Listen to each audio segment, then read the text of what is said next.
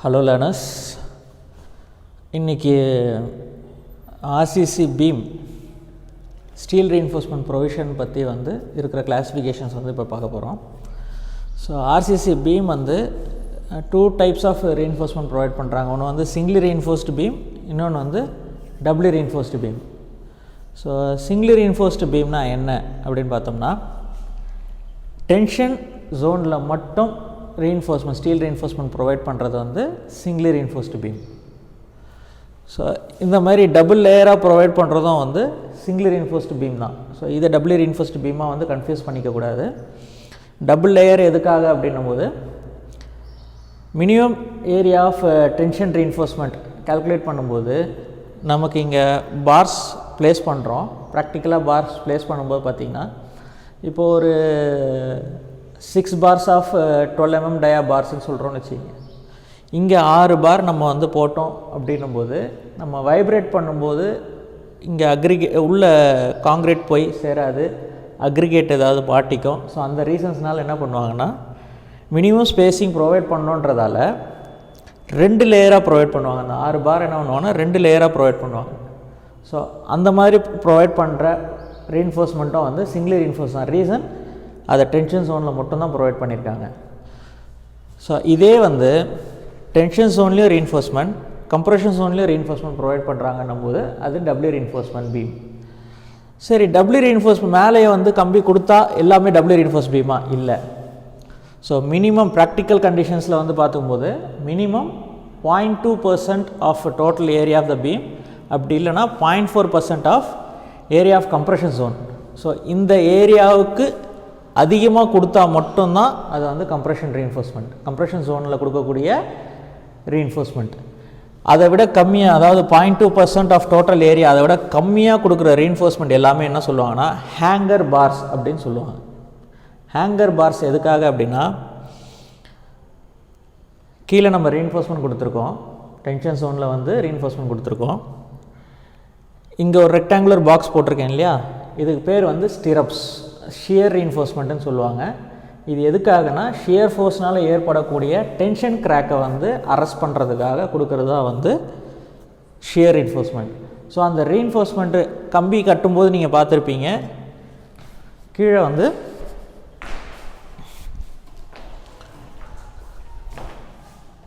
Main rod கீழே கொடுத்துருப்பாங்க, மேலே ஹேங்கர் பார் இல்லைனா கம்ப்ரெஷன் ரீஎன்ஃபோர்ஸ்மெண்ட் கொடுத்துருப்பாங்க. ஸோ இப்படி இருக்கும்போது வெர்டிக்கல் டைரக்ஷன்ஸில் கம்பி கட்டியிருப்பாங்க. ஸோ அது எப்படி இருக்குன்னா, பீமில் ஒரு சின்ன ரெக்டாங்குலர் ஷேப்பில் இருக்கும். ஸோ இந்த மாதிரி கொடுக்கக்கூடிய ரீஎன்ஃபோர்ஸ்மெண்ட்ஸ் எல்லாமே ஸ்டிரப்ஸ்ன்னு சொல்லுவாங்க. இன்னொரு நேம் ஷியர் ரீஎன்ஃபோர்ஸ்மெண்ட். ஸோ இது லேட்டர் சாப்டர்ஸில் நம்ம பார்க்கலாம், பின்னாடி வரக்கூடிய சாப்டர்ஸில் பார்க்கலாம். ஸோ இப்படி ஷியர் ரீஎன்ஃபோர்ஸ்மெண்ட் கொடுக்கும்போது, ஸோ கீழே மட்டும் ராடு கொடுத்தோன்னா மேலே இந்த ஷியர் ரீஎன்ஃபோர்ஸ்மெண்ட் என்ன ஆகும்னா இந்த மாதிரி வளைய ஆரம்பிச்சிடும். இந்த மாதிரி டைரக்ஷன்ஸில் வளைஞ்சு நிற்கும். ஸோ இந்த வெர்டிகாலிட்டி மெயின்டைன் பண்ணுறதுக்காக என்ன பண்ணுவாங்கன்னா, மேலே அடிஷ்னலாக ரீஎன்ஃபோர்ஸ்மெண்ட் கொடுத்துருப்பாங்க. அந்த ரீஎன்ஃபோர்ஸ்மெண்ட் 0.2% விட கம்மியாக இருக்கிறது hanger bars, just to support shear reinforcement. இந்த ஷியர் ரீஎன்ஃபோர்ஸ்மெண்ட் சப்போர்ட் பண்ணுறதுக்காக மட்டுமே கொடுத்துருக்கிறது ஹேங்கர் பார்ஸ். அதோட ஏரியா 0.2% ஆஃப் டோட்டல் பீம் ஏரியாவோட கம்மியாக தான் இருக்கும். ஸோ இதே 0.2% விட அதிகமாக இருந்தால் அது கம்ப்ரெஷன் ரீஎன்ஃபோர்ஸ்மெண்ட்டாக எடுத்துப்பாங்க. ஸோ இதுதான் types of beam based on reinforcement. So மறுபடியும் ரிப்பீட் பண்ணுறேன், டென்ஷன் ஜோனில் மட்டும் ரீஎன்ஃபோர்ஸ்மெண்ட் கொடுக்கறது சிங்கிளி ரீஎன்ஃபோர்ஸ்டு பீம். இதே டென்ஷன் ஜோனில் மட்டும் 2 லேயராக கொடுத்தாலும் இது சிங்கிளி ரீஎன்ஃபோர்ஸ்டு பீம் தான். ரீசன், இது டென்ஷன் ஜோனில் மட்டும் தான் கொடுத்துருக்காங்க. நெக்ஸ்ட், இந்த மாதிரி கொடுத்துருக்கிற பீம்ஸும் சிங்கிளி ரீஎன்ஃபோர்ஸ்டு பீம் தான். ஏன்னா இதில் டாப்பில் வர ரீஎன்ஃபோர்ஸ்மெண்ட் 0.2% ஆஃப் டோட்டல் ஏரியாவை விட கம்மியாக தான் இருக்கும் அந்த ஏரியா. ஸோ இந்த ரீஎன்ஃபோர்ஸ்மெண்ட் ஏரியா 0.2% விட கம்மியாக தான் இருக்கும். ஸோ அப்படிப்பட்ட ரீஎன்ஃபோர்ஸ்மெண்ட் ஹேங்கர் பார்ஸ்ன்னு சொல்லுவாங்க. இது just to hold the shear reinforcement. இந்த ஷியர் ரீஎன்ஃபோர்ஸ்மெண்ட்டை பொசிஷனில் வச்சுருக்கிறதுக்காக மட்டும்தான் பயன்படுது. எந்தவித ஸ்ட்ரெஸ் லோடு எதுவுமே இது எடுத்துக்காது. ஸோ நெக்ஸ்ட்டு டபுள்யூ ரீஎன்ஃபோர்ஸ்டு பீமில் என்ன சொல்லியிருந்தேன், டென்ஷன் ஜோன்லேயும் வந்து ரீஎன்ஃபோர்ஸ்மெண்ட் கொடுத்துருப்பாங்க, கம்ப்ரெஷன் ஜோன்லேயும் வந்து ரீஎன்ஃபோர்ஸ்மெண்ட் கொடுத்துருப்பாங்க. கம்ப்ரெஷன் ஜோனில் கொடுத்துருக்கக்கூடிய ரீஎன்ஃபோர்ஸ்மெண்ட் 0.2% ஆஃப் பிடி, அப்படி இல்லைனா 0.4% ஆஃப் பிஎக்சி. பிஎக்சின்றது கம்ப்ரெஷன் ஜோனுடைய ஏரியா. ஸோ இதை விட அதிகமாக இருந்தால் மட்டுமே அது வந்து கம்ப்ரெஷன் ரீஎன்ஃபோர்ஸ்மெண்ட், அப்படி இல்லைனா அது ஜஸ்ட் ஹேங்கர் பார். அண்ட் இதில் ஏன் டபுள் லேயர் போச்சு அப்படின்ற காரணத்தை வந்து இப்போ பார்ப்போம். ஃபஸ்ட்டு, ஒரு ராடு ப்ளேஸ் பண்ணுறோம் அப்படின்னா நம்ம இஷ்டத்துக்கு வந்து வச்சிட முடியாது, அது குறிப்பிட்ட ஸ்பேஸிங் வந்து நம்ம மெயின்டைன் பண்ணணும். ரீசன், நம்ம ஃபஸ்ட்டு பாக்ஸ் போட்டுடுறோம், பலகை வச்சு அடிச்சிருப்பாங்க, இல்லை ஏதாவது ஒரு மீன்ஸ் ஃபார்ம் ஒர்க் பண்ணியிருப்பாங்க, பண்ணிவிட்டு காங்கிரீட் லே பண்ணுவாங்க, லே பண்ணிவிட்டு வைப்ரேட் பண்ணுவாங்க. ஸோ அவர் வைப்ரேட் பண்ணி தான் ஃபுல்லாக வந்து இந்த காங்கிரீட்டை வந்து காம்பேக்ட் பண்ணுவாங்க.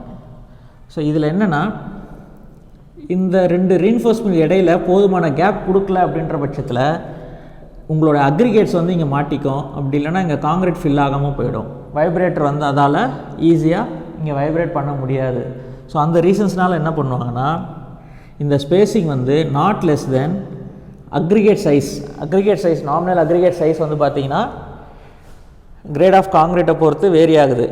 10 mm, 20 mm and 40 mm. So இந்த 3 சைஸை வந்து நாமினல் சைஸ் ஆஃப் அக்ரிகேட்ஸ் கொடுத்துருக்காங்க. சைஸ் ஆஃப் அக்ரிகேட்ஸ் வந்து கிரேட் ஆஃப் காங்கிரீட்டை பொறுத்து வேரி ஆகும். ஸோ என்ன அக்ரிகேட் சைஸ் நம்ம யூஸ் பண்ணுறோமோ அதுலேருந்து ஒரு 5 mm எக்ஸ்ட்ராவாக கொடுக்கணும். ஸோ அக்ரிகேட் சைஸ் 10 mmனா 15 mm கொடுக்கணும், 20 mmனா 25 mm, 40 mmனா 45 mm. ஸோ எவ்வளோ அக்ரிகேட், எவ்வளோ சைஸ் அக்ரிகேட் யூஸ் பண்ணுறோமோ அந்த சைஸ்லேருந்து ஒரு 5 mm எக்ஸ்ட்ரா ப்ரொவைட் பண்ணணும். அப்படி இல்லைனா டயாமீட்டர் ஆஃப் த பார், இதில் யூஸ் பண்ணக்கூடிய ரீஎன்ஃபோர்ஸ்மெண்ட் பாரில் மேக்ஸிமம் டயாமீட்டர் வேல்யூ என்னவோ, ஸோ எல்லாமே 25 mmனா 25 mm, எல்லாமே வந்து 20 mmனா 20 mm, இல்லை 2 20 mm ஒரு 25 mm யூஸ் பண்ணுறோன்னா 25 mm, அதாவது maximum diameter of the bar. 20 mm 25 mm கலந்து யூஸ் பண்ணியிருந்தோம்னா 25 mm அந்த வேல்யூ தான் நம்ம எடுத்துக்கணும். So aggregate size plus 5, diameter of the bar. So உதாரணத்துக்கு நான் வந்து 20 mm சைஸ் அக்ரிகேட் யூஸ் பண்ணுறேன். ஸோ அப்படி அதே மாதிரி 20 mm எல்லாமே 20 mm டயா பார். ஸோ இப்படி இருக்கும்போது அக்ரிகேட் சைஸை பொறுத்து வர கிளாஸிஃபிகேஷன் 25 mm, டயா பாரை வச்சு வர்றது 20 mm. ஸோ இதில் எது மேக்ஸிமம்? 25 mm. ஸோ இது தான் வந்து இங்கே ஸ்பேஸிங்கை நம்ம கொடுக்கணும். நெக்ஸ்ட்டு, இதே வந்து 10 mm சிப்ஸ் யூஸ் பண்ணுறேன், இங்கே 12 mm டயா பாரும் 20 mm டயா பாரும் கலந்து யூஸ் பண்ணுறேன். ஸோ இப்படி இருக்கும்போது இந்த கேஸில் என்ன வரும்? 10 mm + 5 15 mm. இதில் மேக்ஸிமம் டயாமீட்டர் என்ன? 20. ஸோ ஸ்பேஸிங் வந்து நம்ம 20 mm வந்து இங்கே ஸ்பேஸிங் கொடுத்துருக்கணும். சரியா? நெக்ஸ்ட், இந்த சைடில் ஸ்பேஸிங் எவ்வளோ கொடுக்கணும், இந்த டெப்த் எவ்வளோ கொடுக்கணும் அப்படின்னு பார்த்தோம்னா எஃபெக்டிவ் கவர். ஸோ எஃபெக்டிவ் கவர்னால் என்னென்னா, எக்ஸ்போஷர் கண்டிஷன். ஒரு காங்கிரீட்டை வந்து நீங்கள் எந்த இடத்துல ப்ரொவைட் பண்ணுறீங்க, கோஸ்டல் ஜோனாக இருந்தால் வந்து உப்புத்தன்மை அதிகமாக இருக்கும். ஸோ இந்த ரீசன்ஸ் இருக்குது. அதே மாதிரி கோஸ்டல் ஜோன்லேருந்து தள்ளி வந்தோம் அப்படின்னும்போது எக்ஸ்போஷர் வந்து கம்மியாக இருக்கும். ஸோ நீங்கள் உங்கள் ஸ்ட்ரக்சர் கட்டக்கூடிய இடம் இருக்கக்கூடிய எக்ஸ்போஷரை பொறுத்து இந்த எஃபெக்டிவ் கவர் வந்து டிசைட் பண்ணுறாங்க. ஸோ இந்த எஃபெக்டிவ் கவர் எவ்வளோ நம்ம வந்து சஜஸ்ட் பண்ணியிருக்காங்களோ, ஸ்டாண்டர்ட் ப்ரொவிஷன்ஸ் ஐஎஸ் கோட் புக்கில் வந்து எக்ஸ்போஷர் கண்டிஷனை பொறுத்து எஃபெக்டிவ் கவர் ப்ரொவைட் பண்ணியிருக்காங்க. அந்த எஃபெக்டிவ் கவர் எவ்வளோ இருக்குமோ அதை கண்டிப்பாக இந்த இடத்துல கொடுத்தாகணும். ஸோ அதாவது இந்த டிஸ்டன்ஸும், அதாவது பாட்டமில் இருந்து இந்த சென்டரும், நெக்ஸ்ட் இந்த சைடில் இருந்து இந்த டிஸ்டன்ஸும் வந்து எஃபெக்டிவ் கவர் எவ்வளோ இருக்கணுமோ அவ்வளோ ப்ரொவைட் பண்ணுறோம். நெக்ஸ்ட், இதே வந்து கீழே ஒரு டயக்ராம் போட்டுருக்கேன். இது எதுக்காக அப்படின்னு பார்த்தீங்கன்னா, பீமுடைய டெப்த் வந்து 750 mm விட அதிகமாக இருந்தால், அதாவது பீமுடைய டெப்த்து 750 mm விட அதிகமாக 75 சென்டிமீட்டர் அதை விட அதிகமாக இருந்தால், ஸோ அந்த டைம் என்ன பண்ணணுன்னா, இந்த ஸ்டிரப்ஸ் வந்து இந்த ஹேங்கர் பார் ப்ரொவிஷன் இருக்கிற வரைக்கும் வந்து ஹோல்ட் பண்ணுறது கஷ்டம். ஸோ அதுக்காக என்ன பண்ணுவாங்கன்னா, side face reinforcement between the shear reinforcement, அதாவது கம்ப்ரெஷன் ஜோனுக்கும் டென்ஷன் ஜோனுக்கும் இடையில சைட் ஃபேஸ் ரீஇன்ஃபோர்ஸ்மெண்ட் கொடுப்பாங்க. அது எவ்வளோ இருக்கணும்னா டோட்டல் வெப் ஏரியாவில் 0.1% விட அதிகமாக இருக்கணும். 0.1%னா எவ்வளவு? 0.001 இன்ட்டு பிடி. ஸோ இந்த அளவை விட ரீஇன்ஃபோர்ஸ்மெண்ட் ஏரியா இந்த இடத்துல அதிகமாக இருக்கணும். ஸோ அது வந்து சைட் ஃபேஸ் ரீஇன்ஃபோர்ஸ்மெண்ட் சொல்லுவாங்க. எந்த பொசிஷனில் கொடுப்பாங்கன்னு பார்த்தீங்கன்னா டென்ஷன் ரீஇன்ஃபோர்ஸ்மெண்ட்டில் இருந்து 300 mm தாண்டக்கூடாது. அப்படி இல்லைனா வெப் திக்னஸை தாண்டக்கூடாது. உதாரணத்துக்கு வெப் திக்னஸ் 250 mmனா 250 300 இது ரெண்டில் எது கம்மியான வேல்யூ? 250 இல்லையா? ஸோ இந்த ஹைட் வந்து 250 mm தான் இருக்கணும். So lowest of 300 mm or web thickness. So இதுதான் வந்து சைட் ஃபேஸ் ரீஇன்ஃபோர்ஸ்மெண்ட் கொடுக்கக்கூடிய பொசிஷன். நெக்ஸ்ட் அதே மாதிரி 2 லேயராக ப்ரொவைட் பண்ணுறீங்க அப்படின்ற பட்சத்தில் இந்த வெர்டிக்கல் டிஸ்டன்ஸ் இந்த சென்டர்லேருந்து இந்த சென்டர் வந்து 15 mm, அப்படி இல்லைனா 2/3 ஆஃப் அக்ரிகேட் சைஸ், அப்படி இல்லைனா டயாமீட்டர் ஆஃப் பார். ஸோ இது 3ல் நாட் லெஸ் தென்னும் போது கிரேட்டஸ்ட் வேல்யூ எடுத்துக்கணும். ஸோ உதாரணத்துக்கு அக்ரிகேட் சைஸ் நான் வந்து 20 mm யூஸ் பண்ணுறேன்னு வச்சுங்க. அதில் 2/3 எவ்வளவு?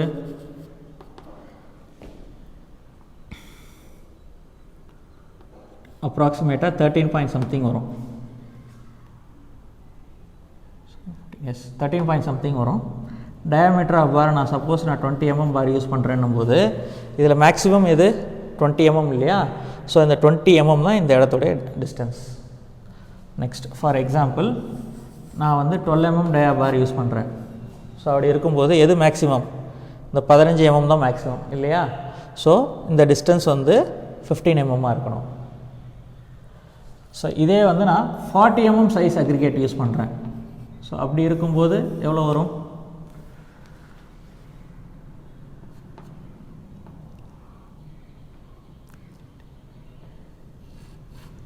26 பாயிண்ட் சம்திங் வரும்.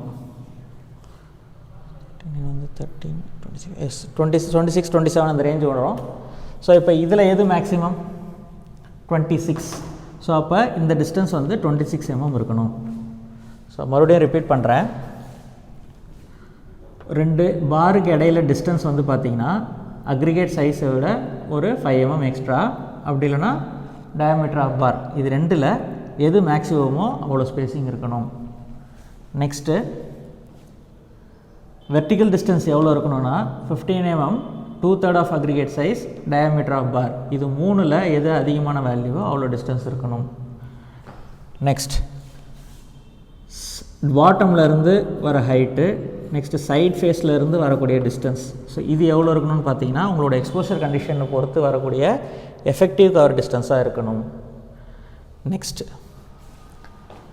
உங்களுடைய பீம் சைஸ் 750 mm விட அதிகமாக இருந்தால் சைட் ஃபேஸ் ரீஇன்ஃபோர்ஸ்மெண்ட் ஒன்று எக்ஸ்ட்ராவாக கொடுக்கணும். அந்த ரீஇன்ஃபோர்ஸ்மெண்ட் வந்து 0.1% விட கம்மியாக இருக்கணும். ஸோ அதிகமாக இருக்கணும். நெக்ஸ்ட் அதோட பொசிஷன் வந்து பார்த்திங்கன்னா 300 mm அப்படி இல்லைனா வெப் திக்னஸ் அந்த லெவலை விட கம்மியாக இருக்கணும். அதாவது வெப் திக்னஸ் 250 இருந்தால் 250 mm, இது வெப் திக்னஸ் 400 mm இருந்ததுன்னா இந்த 300 mm தான் இதோடைய டிஸ்டன்ஸ். நெக்ஸ்ட் டென்ஷன் ஜோனில் இருக்கக்கூடிய ரீஇன்ஃபோர்ஸ்மெண்ட் கூட ஷியர் ரீஇன்ஃபோர்ஸ்மெண்ட் ப்ரொவைட் பண்ணாங்கன்னா டாப்பில் ஷியர் ரீஇன்ஃபோர்ஸ்மெண்ட் ஹோல்ட் பண்ணுறதுக்காக ரீஇன்ஃபோர்ஸ்மெண்ட் கொடுத்துருப்பாங்க. அதுக்கு பேர் வந்து ஹேங்கர் பார்ஸ். அந்த ஹேங்கர் பார்ஸ் வந்து 0.2% ஆஃப் பிடி கம்ப்ரெஷன் ஜோன் ஏரியாவை விட கம்மியாக தான் இருக்கும். அதை விட அதிகமாக இருந்தால் அது வந்து கம்ப்ரெஷன் ரீஇன்ஃபோர்ஸ்மெண்ட் ஆகிடும். அதுக்கு அடுத்தது டென்ஷன் ஜோனில் எவ்வளோ ரீஇன்ஃபோர்ஸ்மெண்ட் கொடுக்கணும்? ஸோ டென்ஷன் ஜோனில் 0.85 divided by Fy into B into small d effective depth. So இது கால்குலேட் பண்ணால் எவ்வளோ வேல்யூ வருதோ அவ்வளோ ரீஇன்ஃபோர்ஸ்மெண்ட் வந்து மினிமம் இந்த டென்ஷன் ஜோனில் கொடுத்துருக்கணும். ஸோ நமக்கு தேவையான ரீஇன்ஃபோர்ஸ்மெண்ட் இந்த வேல்யூவோட கம்மியாக வந்தாலும் இந்த வேல்யூ எவ்வளோ வருதுன்னு கால்குலேட் பண்ணி இந்த அளவுக்கு இங்கே ஸ்டீல் ரீஇன்ஃபோர்ஸ்மெண்ட் கண்டிப்பாக கொடுத்துருக்கணும் ஒரு பீமில். ஸோ இது எந்த அளவுக்கு கொடுக்கலாம் அப்படின்னா 0.04 BD, அதாவது 4% of total beam cross section. So அந்த அளவு வரைக்கும் நம்ம கொடுக்கலாம், அதுக்கு மேலே கொடுக்கக்கூடாது. ஸோ பீம் கிராஸ் செக்ஷனில் 4% வரைக்கும் வந்து டென்ஷன் ரீஇன்ஃபோர்ஸ்மெண்ட் கொடுக்கலாம், அதுக்கு மேலே டென்ஷன் ரீஇன்ஃபோர்ஸ்மெண்ட் ப்ரொவைட் பண்ணக்கூடாது. ஸோ அடிஷ்னலாக கம்ப்ரெஷன் ரீஇன்ஃபோர்ஸ்மெண்ட் ப்ரொவைட் பண்ணுற அளவுக்கு போயிடணும். நெக்ஸ்ட் இது ஒன்று எக்ஸ்ட்ரா கொடுத்துருக்கேன். இது எதுக்காக அப்படின்னு பார்த்தீங்கன்னா, நார்மல் வைப்ரேட்டர்ஸ் இல்லாமல் நீடில் வைப்ரேட்டர்ஸ் யூஸ் பண்ணுறோம் அப்படின்ற இடத்துல ஸோ இவ்வளோ ஸ்பேஸிங் நம்ம கொடுக்கணுன்னு அவசியம் இல்லை. 2/3 ஆஃப் அக்ரிகேட் சைஸ். ஸோ சைஸை ரெடியூஸ் பண்ணி நம்ம ஸ்பேஸிங் கொடுத்துக்கலாம். ஸோ அக்ரிகேட் சைஸ் வந்து ஒரு 20 mm இருக்குன்னா அதோட 2/3 வந்து எவ்வளோ 13 mm. ஸோ அந்த சைஸ் வந்து ரெடியூஸ் பண்ணி நம்ம போட்டுக்கலாம். ஸோ சஃபிஷியன்ட் இதுக்குள்ளே வைப்ரேட்டர் போய் வரணும். சரிங்களா? நெக்ஸ்ட் இது டபிள்யூ ரீஇன்ஃபோர்ஸ்டு பீமில் மினிமம் ரீஇன்ஃபோர்ஸ்மெண்ட் ஏரியா சொல்லியிருந்தேன் 0.2% ஆஃப் பிடி, அப்படி இல்லைனா 0.4% ஆஃப் பிஎக்ஸ்யூ.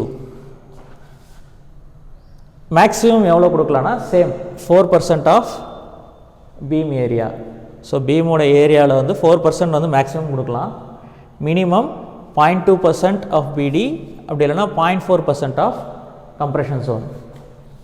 சேம் டென்ஷன் ரீஇன்ஃபோர்ஸ்மெண்ட்லேயும் ஏற்கனவே சிங்கிள் ரீஇன்ஃபோர்ஸ் பீமில் சொன்ன மாதிரி 0.85 divided by FY into BD. So இது வந்து மினிமம் ரீஇன்ஃபோர்ஸ்மெண்ட் ஏரியா.